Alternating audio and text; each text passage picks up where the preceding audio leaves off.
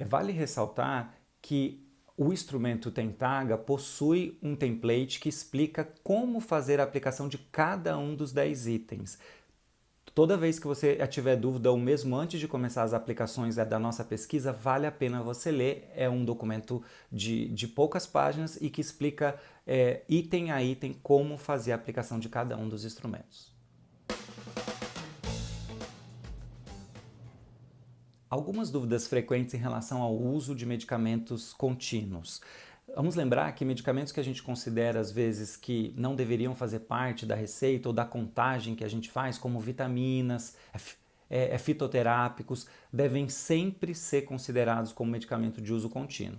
Caso o paciente reporte que venha tomando alguma vitamina, que venha tomando algum fitoterápico, mesmo que não esteja presente na receita médica oficial, por favor, contabilize esses medicamentos no pool total de medicamentos que o paciente tem ingerido.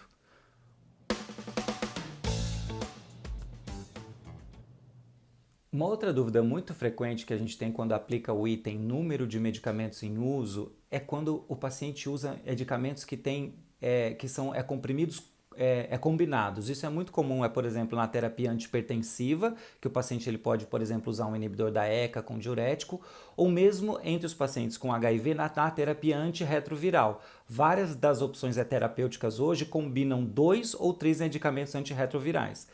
Quando você está diante de um paciente usando medicamentos combinados, por favor, considere cada tipo de medicamento como um medicamento em uso. Então, se o paciente está usando uma terapia antirretroviral que tem uma ação tríplice, quer dizer, que tem 3 tipos de medicamentos combinado num único comprimido, você considere como 3 medicamentos em uso. Porque o que importa aí é o número de tipos de medicamento regularmente que o paciente tem feito uso.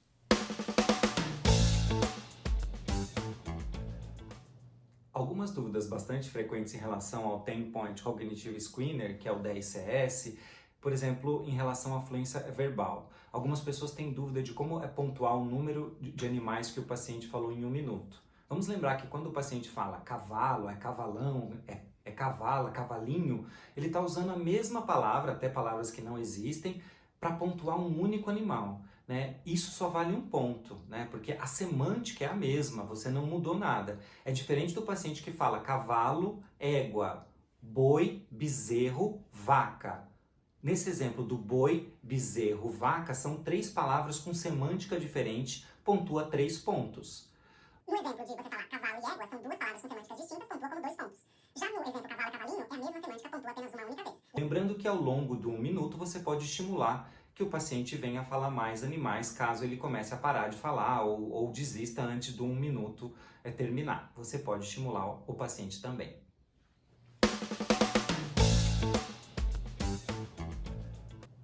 Um outro ponto relevante em relação ao 10CS é que da maneira que ele foi validado, ele considera também um ajuste para a escolaridade. Nós sabemos que a cognição é um item de saúde que tem muito a ver com a escolaridade. E no Brasil, nós temos muitas pessoas com 50 anos ou 60 anos ou mais que tiveram pouco acesso à educação quando eram jovens.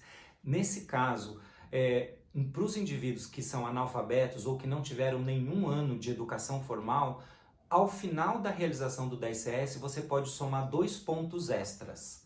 Ele ganha 2 pontos a mais pelo fato de não ter nenhum ano de escolaridade formal. Numa outra situação é quando os indivíduos têm de 1 a 3 anos de educação formal, ou seja, menos do que o estudo elementar, menos de 4 anos de escolaridade, tem de 1 a 3, ele ganha 1 ponto extra. Então você pega a nota final e adiciona 1 ponto a mais na nota final, quando o paciente tem uma baixa escolaridade. Vamos lembrar que, independente do ponto extra, a pontuação máxima que o indivíduo pode ter no teste são 10 pontos. Ou seja, se o indivíduo analfabeto fez 9 pontos, quando você vai acrescentar os 2 pontos da escolaridade, no fundo ele vai ganhar apenas 1 ponto, porque o máximo que ele pode ter é 10 pontos no final. Então, vale a pena, antes de pontuar a nota final no 10CS, você avaliar também a escolaridade do indivíduo. Lembrando que esse score final chama 10CS EDU. O EDU significa que é um score ajustado para a escolaridade. Para o projeto ELEA, a gente tem uma expectativa de que pouquíssimos idosos terão esse ajuste da escolaridade, porque a população, na média, tem uma escolaridade um pouco maior que essa, do que 3 anos na média de escolaridade. Mas mesmo assim, nós precisamos usar a maneira que o teste foi padronizado.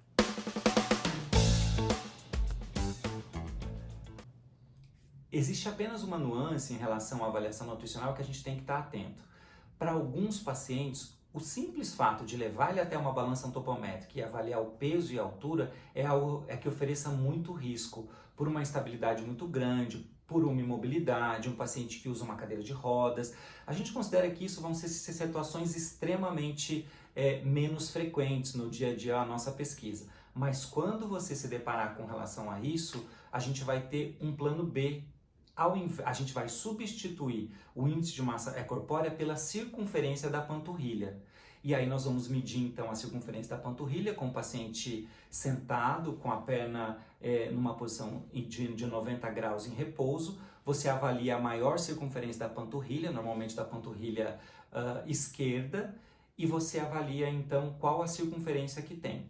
Para aqueles indivíduos que tiverem uma circunferência da panturrilha menor do que 31 centímetros, você considera então que ele tem o item alterado e vai ser o item que vai substituir então o índice de massa corpórea.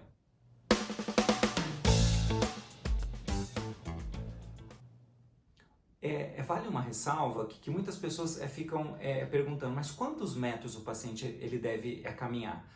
Para o estudo ELEA, a gente padronizou o espaço de 3 metros, porque a gente acha que é uma distância que é factível de eu fazer nas diferentes clínicas de apoio ao paciente que vive com HIV, é uma distância que é validada na literatura.